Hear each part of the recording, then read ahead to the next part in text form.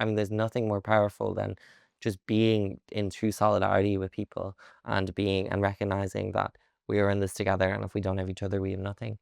And so, in my limited experience in activism and my short experience in activism, it just feels like that is how to be a human being. And so, those are the awards that I'm constantly getting by just that little sense of community. I think there's nothing like it. And being an outspoken transgender woman in public life, it does come with pushback, and you've referenced that before. How do you cope with that kind of visibility, being in the spotlight, and what helps you keep going when perhaps the backlash gets loud? Hello, and welcome to Conversations with Sam Assad. That's me, but it's not about me, it's about my guests. And in this episode, I'm joined by Jenny Maguire, an activist and former president of Trinity College Dublin Students' Union.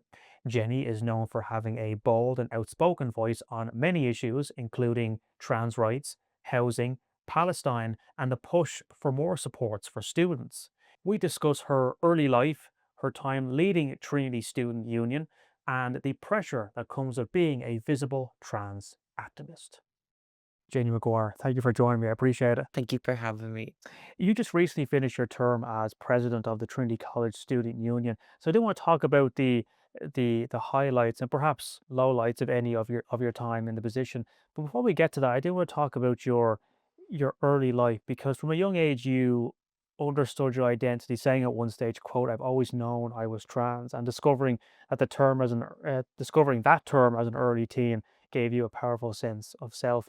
What was that journey like for you, uh, growing up, coming out, and navigating those early years of understanding and expressing your identity? Yeah, I mean, like, I always say that, like, it was everyone else that made being trans hard. Being trans is not an inherently Mhm. hard thing to do. There is struggle with it, and there is a lot of, like, mental turmoil you have to go through, but, like, it's the additional barriers that are put in place by everyone else that makes it more difficult. And so, like, growing up, I would, like, before I was coming out, I would, like, in the middle of the night, I would sneak upstairs and I would put on makeup and then take it all off and then go to sleep, just because it was those little moments of relief in, like, a time where my body, everyone, puberty's hard for everyone. But then, of course, when you have on top of that, that, like, oh, I actively feel my body is becoming less of myself with every day. And so it was getting to the point that I just needed those little reliefs, and then eventually it became that, like, "Ah, here, we can't do this anymore, and I have to just, like, live as myself first and foremost," and then it's kind of the easiest. I mean, every day is easier after that. And from what I gather, your coming out was initially a surprise to your parents. Yeah, I mean, like, when I came out, well, like, surprise is a broad term. Like, I think, like, it was I was still I'd started growing my hair out a little bit. I'd always been very feminine, very this, that, and the other, and even, like, I would only play with the girl cousins, and I would only, like, have friends that were girls, and would, I went to a mixed primary school, and so, like, I wasn't really thinking about gender, and then when I went to secondary school, my all boys school, it was just like, "Ah, here, something's not right," and so then when I came out to my parents, like, actually, like, broke the ice and broke the actual barrier that we weren't addressing, that it kinda became, like, as every parent does, like, it's so frightening to imagine, like, if you don't know what, like, a trans person can grow up to be, or what a trans person can, achieve, or what barriers are in place, then you just instantly go to the horror stories, and you instantly go to, like, this sad idea in your head, and the idea of that and your child being that is so terrifying that, like, when I came out for the first year, it's not that they weren't supportive, but they weren't encouraging, and they were just kinda quiet about it. My understanding is that there's a common misconception out there that all trans people experience gender dysmorphia, and it's almost like there's a sector of people who will try to dismiss your story, your experience as just gender Yeah. dysmorphia. Your thoughts? I mean, like, it's definitely, like, a fundamental part for me of what I experienced. Like, I experienced so much of it, and it was that kind of incongruence that, like, made me aware, and that suddenly that tension being put side by side and rubbing up against each other. But, like, it is also the joy I get to experience, and just it's the most natural thing for me to do in the world. And like now, 4 years on hormones and after a surgery or two, like it just like is not something I even think about anymore. But that doesn't mean I'm any more or less trans. It's because like the cure to that and the cure to that discomfort is affirming care. And so now I'm just kind of like I barely think about it. You touched on earlier about being in secondary school. It was an all boys environment, and you spoke before about often feeling unheard in that Yeah. environment. And now in college, you're, I suppose, making up for lost time. Tell us a bit more about that school experience. I'm sure it was far from easy. Yeah, I mean, I think I look back at it now with a bit of rose-tinted glasses. I think when I look back at it now, I like see those happy memories first and foremost, which I think we all do from school. And I look back on the friendships I had and the teachers I had that were amazing and the experiences I got to have. But I still fundamentally was so different to everyone else. Something that was kind of made aware to me more and more as the years progressed, but it kind of didn't affect me any more or less. I think going into first year, I was so terrified of just that space, and I'd never been in a space that was so male and that was so sports orientated and so different as like as every weird or queer kid does. And so but then I noticed that, it was a lot further than what the, like, gay kids in the school were going through, and it was it was every day just having to be lumped in with this group of people that you just instantly do not feel like you belong in, and so some people were saying names and this, that, and the other. But the bullying wasn't bad because I had a strong group of friends around me who were mostly heterosexual, cisgender people. And so, but it was just people who were sound and had a bit of cockle. I want to focus on navigating transgender healthcare Yeah. in Ireland because, of course, your first-hand experience has fueled a lot of your activism in that regard. But tell us about the hurdles you faced in accessing gender affirming healthcare. Because, for example, I read that just simply getting an appointment was a moment of huge relief. Yeah. I mean, uh, I was put on the list on my 17th birthday to be for the National Gender Service in Loughlinstown in Dublin. And so that was something I'd wanted since I was like 13. It's something I've been aware of. And then on my 17th birthday, the earliest you can be added to it.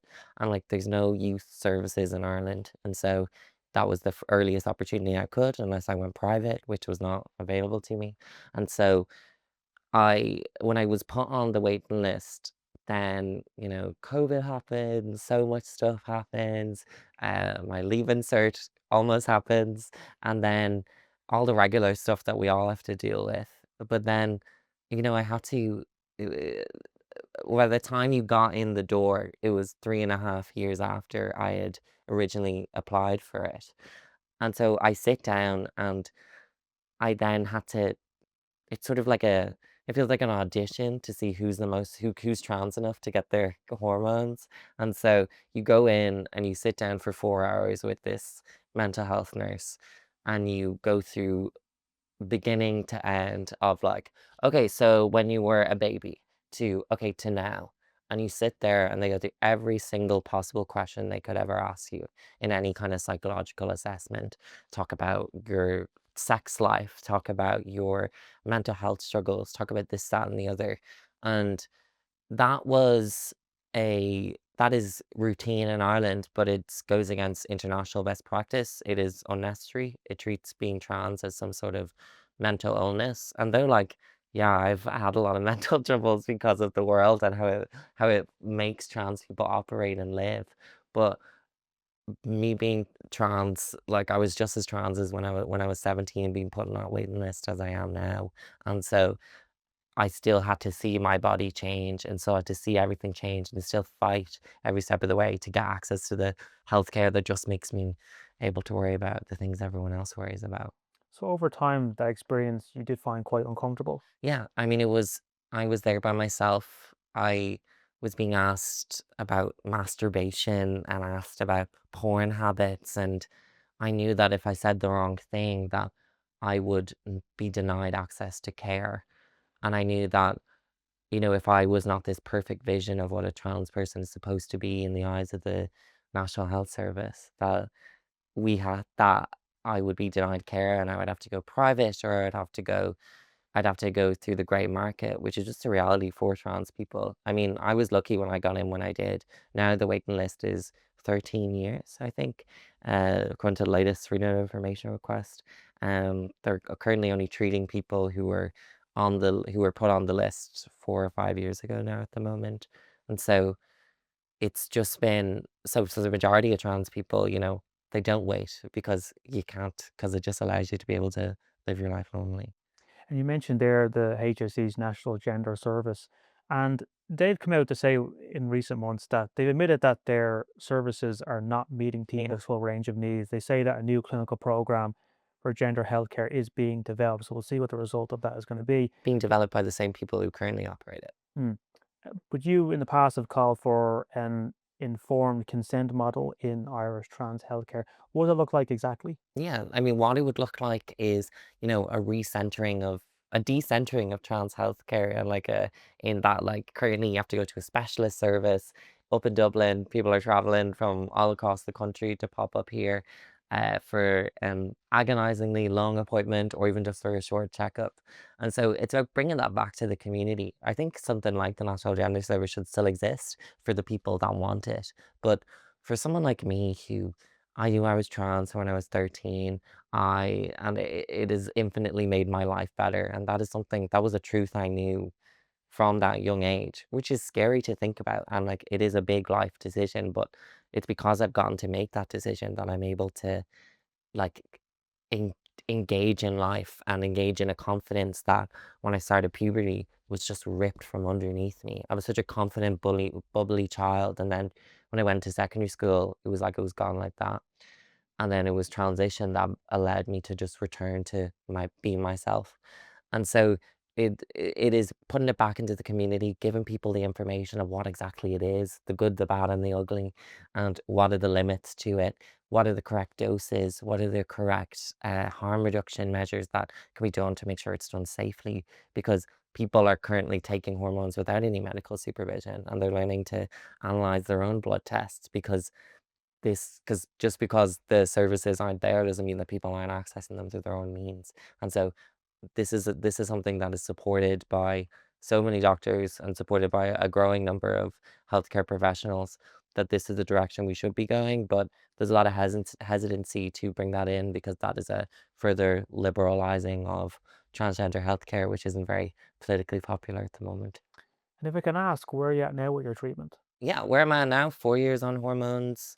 Uh, at the end of this month, August, and then it's genuinely the last thing I think about. Sometimes I forget to take my pills. I'm brutal at it. But it's just something I only think about when I'm asked questions about it, and I only think about when, like, I'm putting off getting a blood test, or putting off looking after myself. And so it's something that, it's something I think about in more of a community sense, because I see the amount of pain that's in the community, and how much I am the gold star case of, the best treatment that someone has gotten. And I've still, gone the National Gender Service presents itself as a holistic care model, that, it's important that we don't just give, and I would agree to this to an extent, that it's important we don't just give people hormones and then abandon them for any issues they have, or, the social aspect of transition that's so rarely talked about, and the mental health benefits and pullbacks as going through puberties in your early 20s brings about. And so I think, they say that, but I have gone to them, with some of the worst mental health struggles of my life, and then just been ignored. And then I've gone to them when I notice my blood levels are wrong, and they tell me I'm wrong. And then I 2 appointments later, I'm told, "Oh, actually, sorry, you were right the whole time." And so this is not a model of care that's working, and it's not about funding, it's about ideological position of what they think that healthcare should be. And it's about really, it's the same thing we've always been fighting for, and that is bodily autonomy, people having right to information and right to choice over their own bodies. Let's move on now to your time in Trinity. You're the first in your family to go to Trinity. Yeah. Was going to Trinity always the plan? I was happy. Well, DCU was number two on my CAO because I live much closer.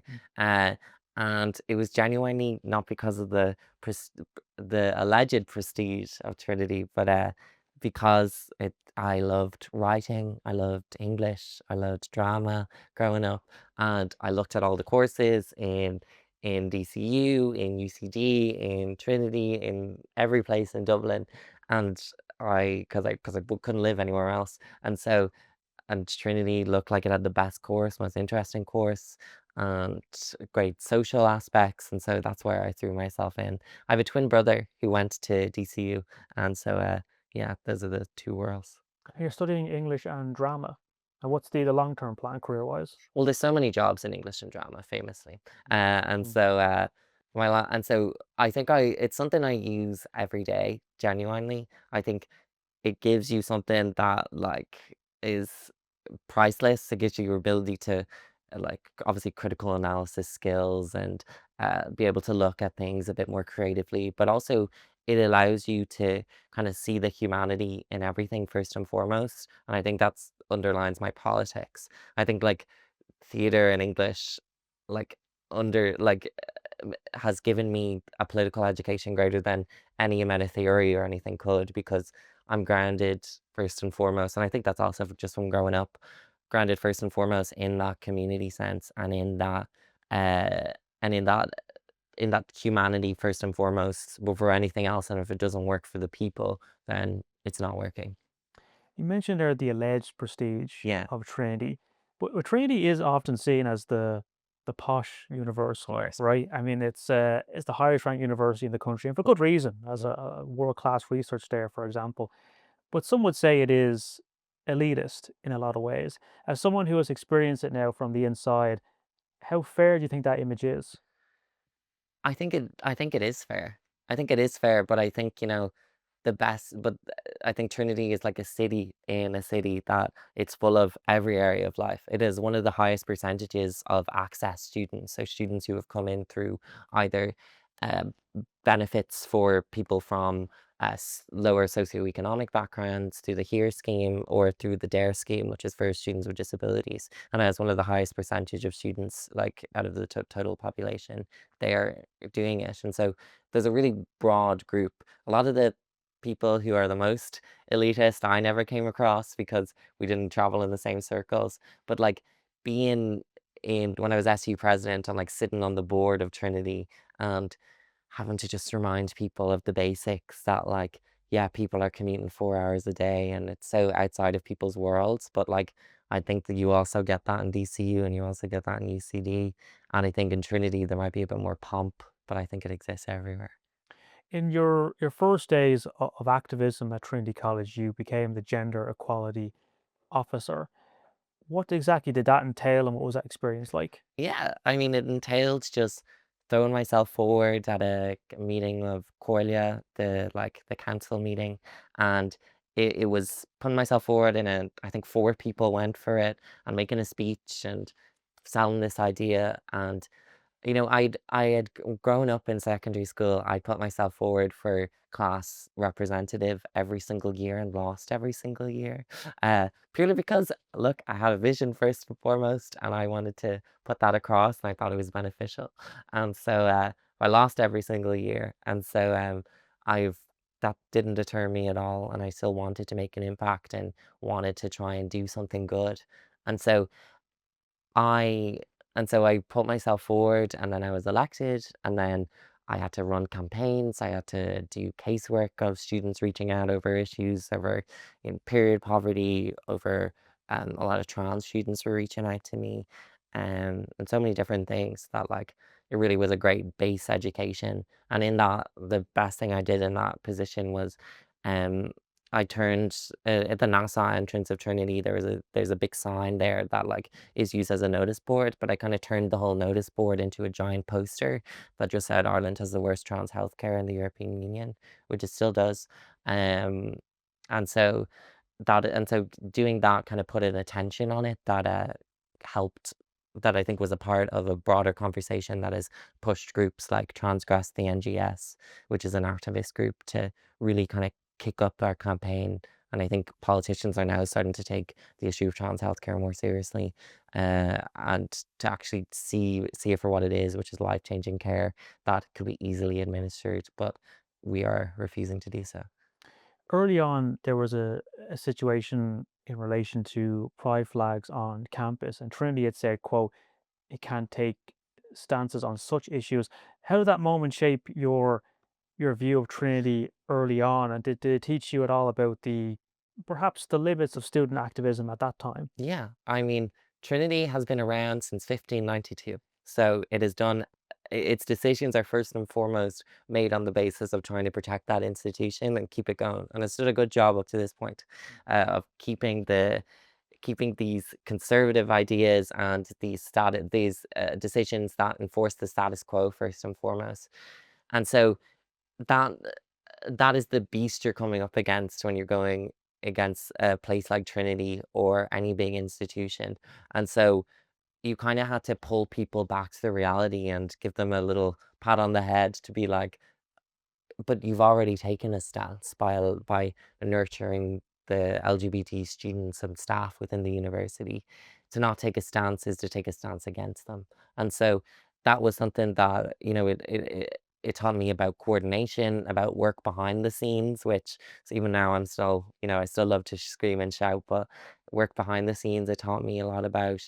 And it also, taught me that the limits that there's a lot of discussion around DEI and EDI, equality, diversity, and inclusion, and I think, like, that is one of that kind of moment exposed just how fleeting and just how limited those programs are because, yeah, we can do a pride day, or we can do a pronoun training, but, like, if the institution itself is hesitant in supporting the human rights of the people that go there, work there, live there, then, like, there's an issue a lot deeper that the policies won't even touch.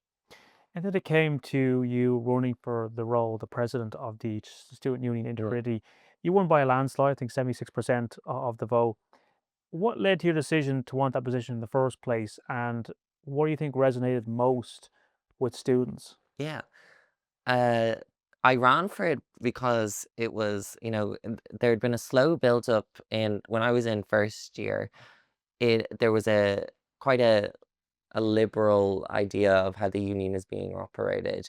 And by that I mean just it was operating as a representative body first and foremost, but not an oppositional force to the university. It wanted to work with the university and to work side by side, which is great for achieving certain things, but there's a ceiling on how much you can achieve with that if you want to challenge uh, major aspects of the institution. And so there had been two presidents before, Gabby Fulham and Laszlo Monarfi, who really kicked the boat out and really started to push people out and make people feel more comfortable and ready for a more radical voice. And Laszlo, who was president while I was running, had already done several occupations, had blocked the Book of Kells, and had done loads of stuff for Palestine in particular and housing. And had worked very closely with Laszlo all throughout that year and before. And so I thought I was ready to be the continuation candidate of sorts of still putting forward an oppositional. I think I ran to say, I think the headline when I ran was Maguire promises to be the loudest, most annoying person in the room, which is something I still pride myself on. But I think people wanted that just saying exactly what people needed and what people wanted, and being on the side of the students, which, I'd kind of done with Laszlo. I'd learned a lot of and how I viewed the functionality of a union, which I think it not just applies to student unions, but all unions, that it must be oppositional, that it is fundamentally a class struggle between, like, the college the college upper staff, and then the staff and students are side by side. Because we're all fighting for the same things. We're fighting for better conditions, whether that's through pay or microwaves. Like, we're all fighting for a better condition that we can all work together on. And so viewing the union as a tool to achieve that, and not just like put on loads of events or put on like give out goodie bags, which I'm all for, but I think you can't have that without the rest of it. And the campaign was quite memorable, partially because you ran against someone who fancies himself to be a bit of a comedian. You know, he ran a satirical campaign, That's right? fabulous. Yeah. Yeah, I ran against my good friend Rafe Balfe, and he had never been involved in the union before, but he was a stand-up comedian around Dublin, and he just thought it'd be funny to do.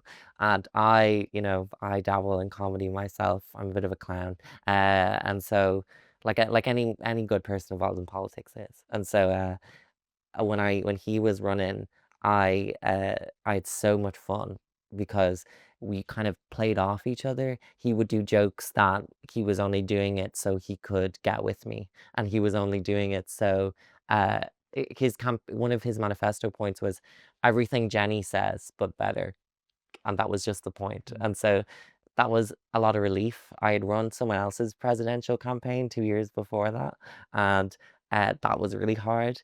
But and that was really difficult. It was, uh, her name was Gabby Fulham. She was half Punjabi, and she like was facing. We got so much racism sent to us, racism oscuelga, that I would have to translate for her Mm. and say, and she was asked what it meant, and I would give like the briefest of overviews, and getting constant attacks and constant pressure. Whereas when I ran, my God, it was like a 2 week like improv exercise where I just got to play off this person, and then it ultimately culminated in me and him on because there'd been a lovely comedic arc built throughout the campaign. Not the most serious of campaigns, obviously, where he was in love with me was the slow arc, and then on the last day he proposed to me in front of a crowd, and then just before the announcement was made, we thought it would be funny to start eating the face off each other. And that was the photo for ages when you Googled me like about anything. It was just me kissing this, God forbid, an Englishman, no less. So I don't know how I'll ever politically recover from Did you that. say yes to the proposal? Of course I did. Yes, and first rule of comedy. And I'm sure it made for a fun atmosphere, but you might remember at the time that some observers said it perhaps meant the race lacked like real scrutiny or debate. For What would you sure. say to that? For sure. It absolutely did. And I think like it made it easier on me. I had ran a going into it, like I didn't think I would being I'd kind of made it known I was going to run from earlier on, which I think scared some people off from running because I was involved with trans and intersex pride. I had a lot of campaigning experience. I was very vocal. I was known around. And so I think that scared a lot of people off. But I didn't want people to have the excuse to say like, "Oh, she was just elected because she was the only competent candidate." I still ran the biggest campaign out of anyone, in any position that was running. I had the most social media engagement. I had the uh, most I one of the most votes anyway out of any single race, not just president, any of the other races that were happening. And so like, it did definitely meant physically in time, I was getting less scrutiny because people were also just having fun, journalists included, with, like, this funny dynamic that we were having. And I think, I think as anyone involved in a representative role, the role of journalism is so fundamental to making sure that you are doing your job properly and you're doing your job for the best of your ability. And so that did pull it back a bit, but everything I do and everything I did while I was president was with a wink and a nudge anyway, so I was consistent. So As you look back on your year as president, what stands out to you as your proudest achievement? yeah, I mean, being a part of being a small part of a broader struggle for Trinity to cut all ties with Israel was really important to me. And that was something that was a huge campaign. And I was one of Trinity had an encampment in May of 2024. And I was one of the negotiators for it. And by the end of it, at the end of it, like, there was still things to be confirmed, and there was still things to go through committees and this, that, and the other, and I knew I was, like, the person who would follow on and have to hold it up, and so for the whole time as president, starting in July of 24, all the way to June of 25, that I felt this weight on my shoulders of everyone that ever put into like 10 minutes of volunteering or their entire academic studies on this within a Trinity context. And so when the board ultimately voted for cutting all academic ties and all economic ties with Israel, it was the first university in the West to do so. And so I think sometimes student unions can get very insular and look at like themselves as just like, I have to benefit the students by doing this, that, and the other. I have to put on the best events. But I think it's an opportunity to recognize your place within a much broader historical and political history and trying to just lend a hand in pushing for the amazing work that so many are doing outside of it. And you touched upon it there, but in the past, you've said that sometimes the student union had an identity crisis Yeah. in that whether it's a society or a service, when really it's supposed to be a union and we should act as Yeah. such. How well do you feel student unions generally actually live up to that idea of being a union in the fighting for students sense? Oh, I'm gonna get in trouble. Um, I think I think a lot of the times there is a letdown, but that's from consistent years and a consistent like co-opting of student unions by universities. And so you fundamentally have to shift tactics sometimes because if if student unions are being relied on to be welfare and mental health supports and educational supports and the sole representatives for students in rooms that like students one-to-one in casework need you there to be, then you can't have the person behind the desk who you're trying to represent the student. You can't have them hate you because then the student is put off and the student is disadvantaged. And so across the country, that is what we've seen student unions become and also unions become. We've seen a lot of the bite taken out of major unions and the major organizing just doesn't exist anymore within the modern trade union movement. And so I think fundamentally there is an identity crisis, but it did not come out of nowhere. It's being co-opted and facilitated and benefiting the university, but also the government, of course, because the, students have a lot of time on their hands. That's how they're always given out. And so if with time and with energy, like the student movement hasn't returned to what it was 10, 15 years ago, and it still, I think, is a long way off to being there still. Did anything surprise you about the role versus what you expected going into it? Yeah, I think something that surprised me was just the amount of freedom I had, which was very freeing and also very daunting because, you do a full time, 9:30 to 5:30, Monday to Friday, and then a million different additional hours along the way. And so it was that kind of freedom felt a bit paralyzing sometimes and like, oh, I'm being paid to be here and I want to make sure I'm spending my time right. And that can kind of bring about a lot of imposter syndrome. And I was kind of walking around in a daze for a lot of it because it was so much pressure. And I think the toll it took on my mental health and my brain as well was something I hadn't realized and the real effect it can have. But I don't regret it for a minute, and I wouldn't regret anything I did for a minute because I it's better to have tried 1,000 things and have one or two fail than not try anything at all. I want to go back to how far someone can push the envelope in student activism. There was a time when you and the welfare officer were formally censored by Yeah. the union council over a controversial sexual violence awareness campaign. What did that teach you? I think that taught me a lot. It taught me a lot about myself and my own experience around sexual violence. I'm a survivor of sexual assault, and so I think, I think we exist within this context where there's so much importance placed on personal experience and firsthand experience and and believing everything that survivors say. And like, but survivors are so, and you should believe survivors, but even if that isn't pretty, and I think that made people really uncomfortable. And I didn't organize the campaign, but I was head of campaigns at the time, and so they brought a vote against me as the representative, and that's totally fine. But it taught me the importance of taking a step back and look and thinking about the why more, and you're doing something. Why what the union did was, um it had been pitched to me that they were going to have these bodies and had the word rapist written across it, and then people could destroy the bodies, because there was a policy at the time, and that still exists, that allows people who are accused of sexual violence within the university to take a case against those who are accusing them, for like in as a form of bullying. And so that is just a way that undermines and suppresses people from speaking up, first and foremost. And then when a group of survivors came to me and were like, we're so angry about this, and the fear needs to change sides, and the fear needs to be on the rapist, who should be afraid. And this is how they wanted to do it. And as the natural theater person, I thought, this is such a beautiful symbolism, this, that, and the other. But, people were really hurt by it as well.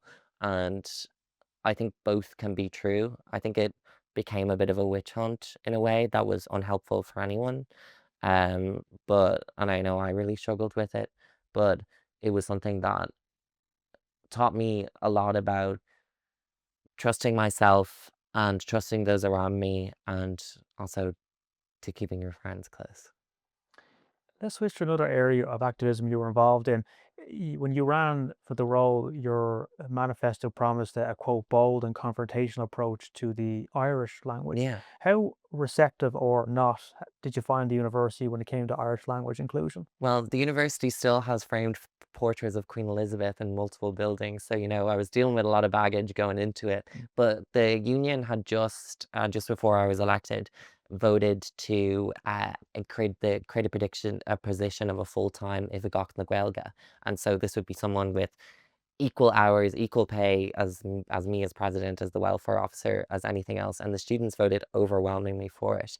You know, a lot of talk around boycott, divest, and sanction within Trinity, but the Irish language is the only referendum since the union voted for BDS to have like such a high turnout, and so the students really wanted it, and so I could see that's what people wanted, and that's what I wanted too. I helped campaign for it, and so I think the Irish young people now are understanding the Irish language within a context of something that must be protected and belongs to us all. And yeah, we all had that bad teacher, but that isn't an excuse to help the language slowly get minoritized more and more. And so we did on the open day of Trinity, for everyone coming in to check out their courses, we had covered the front of the big bell tower, the campanile, with a large sign that said Call on Gaeilge, where's the Irish?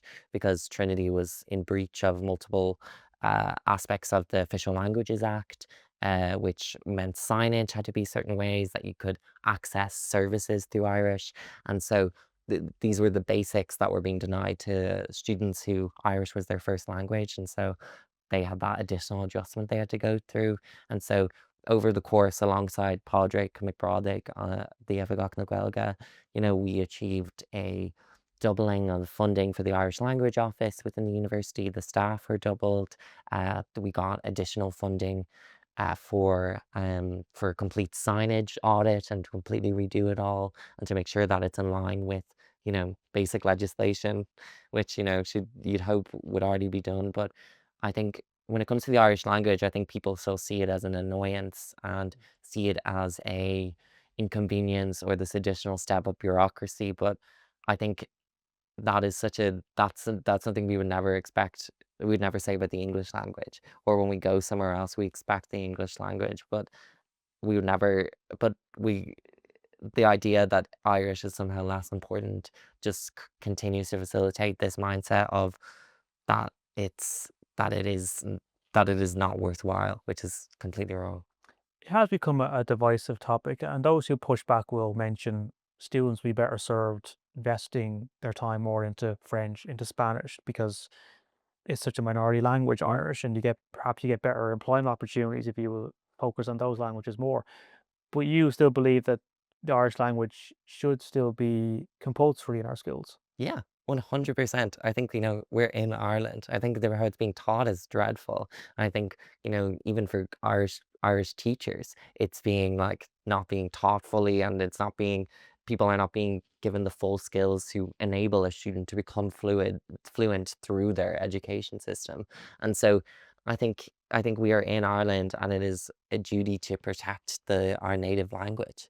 And I don't think since the foundation of the state earlier on, they had some good policies that were really pushing the vote out. But since since the middle of the last century, you know, the actual effort and drive to put in radical Irish policies that we need in places like how they have it in places like Wales, I think is needed fundamentally, because why would it be any less? Heaven forbid we do things that maybe are just not economically driven. But by creating more Irish language skills, we build up people who will want to access more services through Irish, which inherently encourages more job creation through Irish. What do you foresee for the future of student dissent on campuses like Trinity? Like, do you think that we're headed for more confrontation, more collaboration, or something else entirely? I think we need more confrontation. I think I think we're seeing a we've there's always peaks and pits in engagement and in the radical action, and that happens all the time in any movement. But we I think the failure of so many activists to get wrapped up in this individualistic mindset of, oh, I want to be this person because I want to get loads of Instagram followers, or I want to be, a big name on campus. And so I want to be popular and have my poster everywhere. If someone is coming out from that perspective, then they've already fundamentally failed, and I cannot expect much from them, because you if you do not see the student union, as an opportunity to go much further and to bring about social change beyond that. Like, whether it's like the repeal the eighth referendum, whether it's BDS, whether it's abortion rights before that, whether it's so many different areas. Students have always played a vital force, and we are letting down all social movements by not doing so, and especially in the likes of housing. With all the pressures of student life, rent, job, stress, mental health, which is a more quieter crisis, student life today seems a lot tougher than ever, especially financially. Certainly more than when I went to college 10 years ago. The numbers back that up.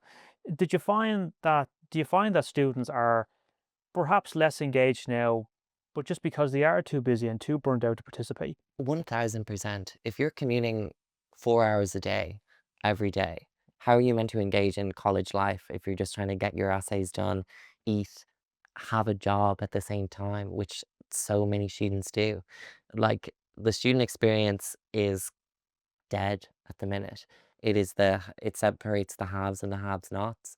I mean, I luckily I didn't have to commute very far. I was only up in Artane, and so it was and so that allowed me to engage in college life. But I really exhausted myself and pushed myself out because I was working a part-time job at the same time. I had family responsibilities, and I had all these different things that meant that made it increasingly more difficult to engage. Of course, I like to say I'm a crazy person who's told will do it anyway, but for the majority of people, it just is a non-option. And so that hurts all of us, and being able to fight back against policies that don't work for students, to create a better social life for people to make greater connections. I mean, I've met so many people. The provost at Trinity College would tell you the most you get from your time at university is the people you meet. And so we are just reinforcing the inequality further and further by creating more spaces that people like me don't have access to.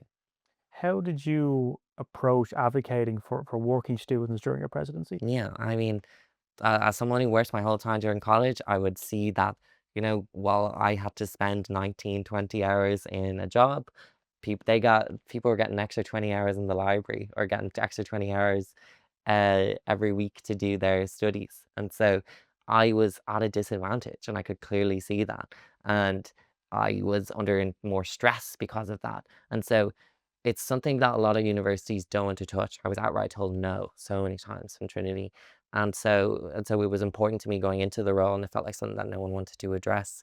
And I had already in my job, tried to unionize everyone, and so very naturally. And so I was very aware of workers' rights and the conditions of workers, and so initially what I did was I brought it to the National Union, AMLE, into Snamaklein and Erin, and that they, formerly USI, that they would commission a report on the way universities should be, what policies should be in place in universities to support students who have jobs. Because, and that also applies to students with childcare responsibilities, which is just so much more the reality as the identity of what a college student is grows and grows further and further.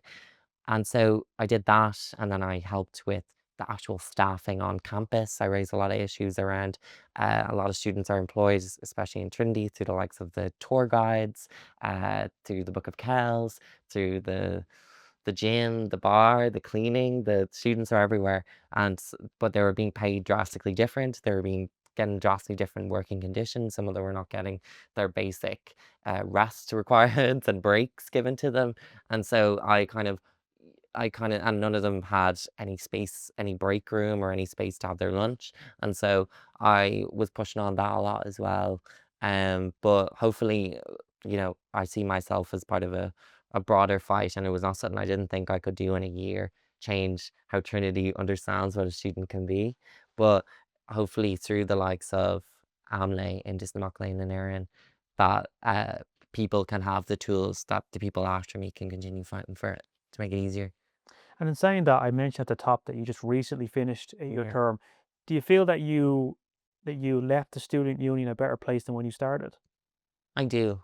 I think I left it a more radical place, a more, in times, divisive place, but a more engaged place. It was fundamental. We had the most class rep signups in decades. We had the highest number of voters in decades. We had huge turnouts for so many things that we did, and we achieved so many real things. Like uh, Trinity started to invest in stopping period poverty more. Trinity created, agreed to a rent freeze. Trinity got obviously the Palestine win, and so I think we showed so many areas of how more in your face, if not just annoying actions can be, and using that as a blueprint for people to move forward with. But there's always ebbs and flows, and hopefully, but I always believe that there will be people there ready to fight, and hopefully in the people that I got to work with, that will continue. I'm very, very passionate about what's going on in the Middle East. I want to get your thoughts on what we heard from the Tánaiste, Simon Hart, recently. He's talked about the consideration of plans for Ireland to hold a National Day of Solidarity in support of the people of Gaza. He calls it, quote, a sensible and good idea. Your reaction? Yeah, it's a great idea. That's why it's been happening every month since since October of 2023. It's I think it's very it is very just insincere to say what a great idea that took from a letter in the Irish Times. I think a national day of action would be great, but I would like to see that replicated in every area of society, including in government, who has dragged its feet long enough on the Occupied Territories Bill, who's gone through so many changes.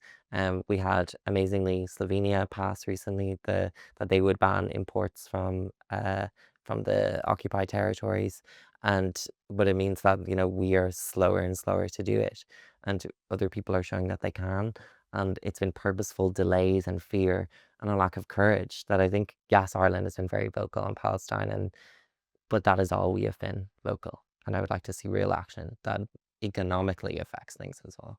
And on the Occupied Territories Bill, the government will say, well, it's in the position it is now because there's legal hurdles to get over. Your thoughts on that? I think, Frances Black has been saying it since 2018. She has gotten advice before, and she's been consistently proven right as every day goes closer to hopefully the eventual passing of the Occupied Territories Bill with goods and services in it. And I think it's not perhaps that is the advice they got, but I think there are other factors at play as well, and there's huge international pressure on Ireland to not follow suit. But we proved before with the likes of apartheid South Africa that we can be a leader and we can be the voice of good. And we talk about ourselves as being a peaceful force in the world, and I think this would just be a part of that legacy further. I want to ask you about activism. Have you ever experienced activism burnout yourself? It's a real thing. Yeah, absolutely. I think I've existed in it for the past 4 years, and I'm just trying to get out of it. It is something that I actively fight against, but it is real, and it is hard to get over and through, and I've burnt out and struggled completely with it. But sometimes it I haven't found the balance of having to engage, like, 'cause I care about these issues because they feel a part of me, because they feel like something I fundamentally have to do in order, like, some people get shut down by when they see all this horrible news and these horrible images. In my head, I go, "Okay, right, what can we do? What is something I could meaningfully do to impact this? Or what can I do to be a pebble in a broader story?" And so if that is the solution to my suffering, and then also that brings about some suffering, it's a balance that you constantly have to address and constantly try, at least, even in words, do better with. And being an outspoken transgender woman in public life, it does come with pushback, and you've referenced that before. How do you cope with that kind of visibility, being in the spotlight, and what helps you keep going when perhaps the backlash gets loud? The backlash is only loud online, and I can just put my phone down. When I walk down the street, I have people smiling at me. Mm. I say hi to people. People come up to me. I I've only ever met with joy and love and support, because I'm only doing it because of the joy and love and support that we all create when we engage in activist work. And so, you know, these people who are given out, and under any article I write or under any video, it's just thousands and thousands of people calling me a man, calling me my dead name, calling me everything under the sun, calling me a threat to women, a threat to children, a pedophile. And that is just so not the world. And it's not nice to read and hear that. And as someone with some sort of a platform, I know as a 14-year-old, I would go through and I would read all of those for other people. And so I feel a responsibility to go and delete them all, but that means I've read them. And that does have an effect on my self-esteem. And sometimes if I'm going to do like an interview that's filmed or something, I'll think in my head, I'll go like, oh, they made fun of my makeup before, or they made fun of like these little things that do get to me. And that is just, and that does have an effect. But I think when I surround myself with people that I love and I adore, and that I know the truth about, then that's all that matters. There can be a lot of rewards that come out of activism. I suppose that's where you get a lot of your strength from, Yeah. those wins along the way. Yeah, the wins along the way, but also the community. I mean, there's nothing more powerful than just being in true solidarity with people, and being and recognizing that we are in this together, and if we don't have each other, we have nothing. And so in my limited experience in activism and my short experience in activism, it just feels like that is how to be a human being. And so those are the awards that I'm constantly getting by just that little sense of community. I think there's nothing like it. You spoke before about the importance of engaging with difficult topics, Yeah. even when there's a risk of saying the wrong thing. So in that spirit, I'd like to explore some of those tougher Oh, topics great. with you. So this is the lighthearted part. um, there's a lot of noise in the media, in politics about trans rights, I haven't heard. and I do want to ask about the disconnect between that rhetoric and the reality. I mean, one of the most polarizing debates in recent years has been around how society talks about the word woman. Yeah. And from your perspective, what do you think gets misunderstood in that conversation, and how do you personally make sense of womanhood in a world that often tries to define it for you? That's really interesting. I mean, I think the history of women is the history of those trying to define what a woman is and isn't. I think the history of women is the history of the constraints and pressures and rules and laws in cases of what a woman can and cannot do and can and cannot be. And I think that is just a debate that has happened throughout time, and this is the current iteration of it. While also the iterations of, women can't be too sexual, can't be too promiscuous, can't be too in your face, but also cannot be too shy. Like, these are conversations that I think go hand in hand. I think ultimately these discussions are distracting techniques away from the real issues. I mean, I I me being trans doesn't affect anyone. I think a lot of conversations are constructed that aren't real. I think a lot of the conversations that are constructed and fears that are constructed are unfound. And I, I just want to pee and wash my hands and get out. And so around bathrooms, and then like I want us to just see each other as human beings and engage there. But I think a lot of the conversation that's happening, we aren't even there yet. We aren't even engaged with each other as people. And so how can I engage back? What about another hot button issue is trans inclusion in sports, which has Mm. taken a whole world of its own. It's really part of. Isn't that so funny? Because like I know so many trans people. I know one trans person who does a sport. Like, Mhm.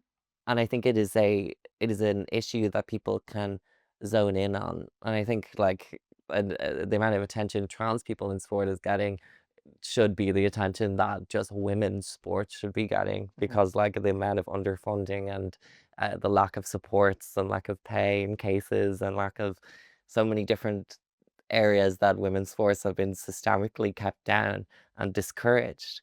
And so I think if trans women being in sports is your fundamental cause around women in sports, then you are you watching it, or like what's the story? Mhm. Because I just see it as such a non-issue, and I see it as an issue that doesn't really happen. I mean, the only trans person I know that plays sports plays for a gay team.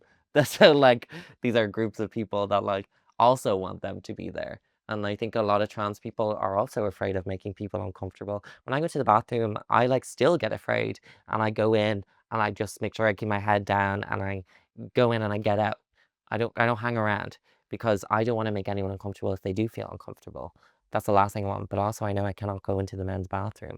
And I also know that I've been out since 5 p.m. and there's no public toilets in Dublin city centre. And so this is the place that we're at. And so I and so and so like I think a lot of trans people are respectful and think and are mindful. And I think this caricature of this big hairy man suddenly signing up to play, women's rugby is just like unfounded. Can I ask, would you disagree with, for example, Sport Ireland, who came out with this guidance about, quote, biomedical science tells us that there are significant differences between the sexes in sport and that trans women retain some of those performance differences even after transition. And so your reaction to that and people who try to kind of frame this as a fairness issue. I think like fundamentally that's all we want. It is a fairness issue. We want things to be fair, and I think trans people also want it to be fair. A lot of the study, there hasn't been a lot of studies done. Studies done have been limited, and some of them do say that there are things kept and there are advantages kept, but some of them don't. And so I think what we need is real research into it and to create sports that are fair. But I think the toxicity around it is makes the conversation no longer about fairness. It's about exclusion of trans people from all areas of public life, and it creates situations where trans men are just cannot compete anywhere because they're said, okay, you can't compete with men. It's like, oh no, you can't compete with women either. And so I think it challenges the gender norms that we all still hold. And I think, the likes of intersex people who have competed in sports, cis women with naturally high testosterone levels are being put out because of this.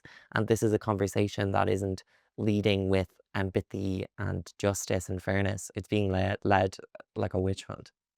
And what did you mean when you said that trans has become almost an unutterable word for politicians? Yeah. I mean, your position on trans rights has become kind of a geopolitical symbol across the world. I think a lot of politicians are using it as a signal to the likes of Trump, the likes of I guess the likes of Keir Starmer and the likes of so many other politicians of symbolizing a greater economic idea, a greater social idea, and a greater like political ideology. And so I think a lot of politicians don't want to open that. I think in Ireland, for the most part, most mainstream parties have not engaged with that. And that meant for a long time, I think especially in the last stall, like with the likes of COVID and the rise of extremism on social media that a lot of politicians just didn't want to touch it because their only interaction with it was people screaming at them, "What is a woman? What is a woman? What is a woman?" And you hear that from so many politicians, and so they're afraid to say anything because they also don't want to hurt trans people, but they also don't want to have people attacking them on the streets. And so I think now people are starting to make their put their feet down a little firmer in the conversations. With the likes of Labour bringing a motion on trans healthcare, and Soc Dems have been talking about it a lot. Sinn Féin has been talking about it a lot. And so, and same with Mary Butler's contribution in the Dáil a few weeks ago about her trans child. You know, trans people exist in every area of public life, and that kind of fear around it only benefits those that want to hurt us. If you had to cut through all the culture war chatter and speak directly to policymakers, what practical changes would make the biggest difference to young trans people? Well, the issue of healthcare is so fundamental. I mean, it has allowed me to worry about everything else I have going on, including my own mental health, including housing, healthcare, the things we all worry about. And so I would say that this is something that needs to be led by the community and for the community, because every time that a government, I mean, we are just so good in this country at dealing with health, to dealing with the health of, anyone with a specific issue, and that's viewed as a specialized issue, whether it's scoliosis, whether it's endometriosis, whether it's so many different areas that are just left to suffer and then to get an apology a few years later. And so I think what needs to happen is a community-led, trans-inclusive, informed consent-based trans healthcare model. And that provides people with the dignity and power to get to learn and engage in society completely. You're also co-organiser of Trans and Intersex Pride Dublin. You just had your annual march Yeah. back in July. Tell us about the turnout. Yeah, so we had a lovely conversation with An Garda Síochána afterwards that we were given out to because of the 8 to 10,000 people that were in attendance, which, is a good problem to have. But it's important that that is changed into that can be shown into power, and giving that confidence to politicians that it's okay to speak out and to speak positively on trans people. I don't think any one march can solve much. I think we have to be attacking an issue from every single side and from every single area and perspective and point of view in order to push the boat out a little further and to make that change. And it was a fantastic day. It was the hottest day of the year. My God, it was so hot. But it was a fantastic day because my mom, who was there last year and the year before, said, there's so many more gays here this year. Like, it was mostly just like trans people and maybe like and like lesbians, which is like which has been the backbone of a lot of queer activism since the start. But it was a lot of like gay men, and it was a lot of straight people, and it was older people and younger people, and it was everyone in between, and such a broader dynamic and profile of the crowd, because people understood that, yes, this is awful and shouldn't be happening to trans people, but understood that this is a part of a broader movement that is used to bring about unpopular economic policies. I mean, with the likes of the Trump administration bringing in so many different, putting in so much money, and the Republican Party investing so much money into think tanks that are anti-trans and pushing these anti-trans messaging that is that is popular in the United States, and then using that political capital to bring about economic policies that hurt us all and that aren't popular, like Trump's big beautiful bill, or even in Keir Starmer's Labour Party with the likes of, he got a lot more anti-trans when his economic policies weren't that popular because he knew he could gain a few points. And I think that is the context we need to be viewing this in, and thinking, they can attack anyone. Why are they attacking trans people? Because it's popular to do so, but not in Ireland. When you're not campaigning, when you're off the clock, so to speak, where do we find Jenny? Where do you find Jenny? Rotting in her bed, out a lot of nights, very active social life, uh, still involved in like different. I used to do a lot of stand-up. I used to do a lot of improv comedy, but spend a lot of time with my dog as well. I've only recently moved back home after being president, because you live on campus as president, which is crazy and so much fun. And so it's definitely a lot quieter than being in a party house for 12 months. And I think, my skin and my sleep schedule are thanking me for it. But outside of it, I like to relax with my dog and surround myself with friends, and that's what I love. Tell us about your life slogan, quote, "Existing in joy and living without fear." Yeah, I mean, I think I'm stubbornly optimistic, and so, like, no matter if someone tells me no, I'm about, like, an issue, I'm just like, "Ah, here, I'm not that's none of my business." I'll find the person that will say yes to me, and that will keep pushing and try and move everything to get there. I think I take everything with a sense of humor. I take everything with a smile, a wave, a wink, and a nudge, because I think, I'm Irish, and that sense of humor is something that we're all famous for. And I think sometimes when we want to be all serious, we kind of lose that. But I think there's a great power and a great strength in being in the one in the room who kind of cuts the tension and goes against the social norm, because it makes everyone else relax. And if we're all more relaxed, then we can see each other as people. And so, yes, it's just a bit of crack, but also I think it has real effects in terms of bringing the peace down a little bit. When I was in the encampment and it was so tense and everyone was so angry at each other and there was so much infighting, and then I'll get up and I'll just be like, start taking the mickey out of everyone and start like making jokes and this, that, and the other. Then we can realize that, okay, this is about something bigger. It's not about us. And I think it allows us to decenter ourselves and realize that we're all just playing pretend. You touched on earlier how when you ran for the student union president role, that you promised to be the loudest, most annoying voice in the room. How loud, how annoying can you get going Well, forward? I'm musical theater trained, so I can be real loud and real annoying. My first job was as a monk. I dressed up as a monk and sat outside Trinity College, and I would have to like engage with tourists in this monk Yeah. persona. And so I think that was kind of rock bottom for me. So it's only up from there. And so I think I will continue to be wherever I'm best needed and wherever I can best contribute to life and public life and to movements. Because I think if we're not constantly trying to push ourselves further and push against the the restraints that have always kept working people down, that have always kept working class people down, middle class people down, um, and really pushing against that, because if we don't, then we're just going to keep moving back. A few final questions before we finish up. When you look at your life right now, what are three things that really ground you in gratitude?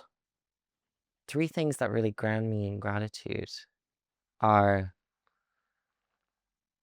thinking of myself as a child and thinking that, like, if she could see me now, that she wouldn't believe it, and she would be so proud, and she would look up to me, I think. I think having friends that love and care for me for even when I'm wrong, which I'm not wrong ever. So that's a lovely change. Yeah. Um, but when I am wrong, that they are still there to love me and see me as a full person. And then thirdly, probably my nana, who I talk about all the time, who just, A real role model. yeah, Yeah.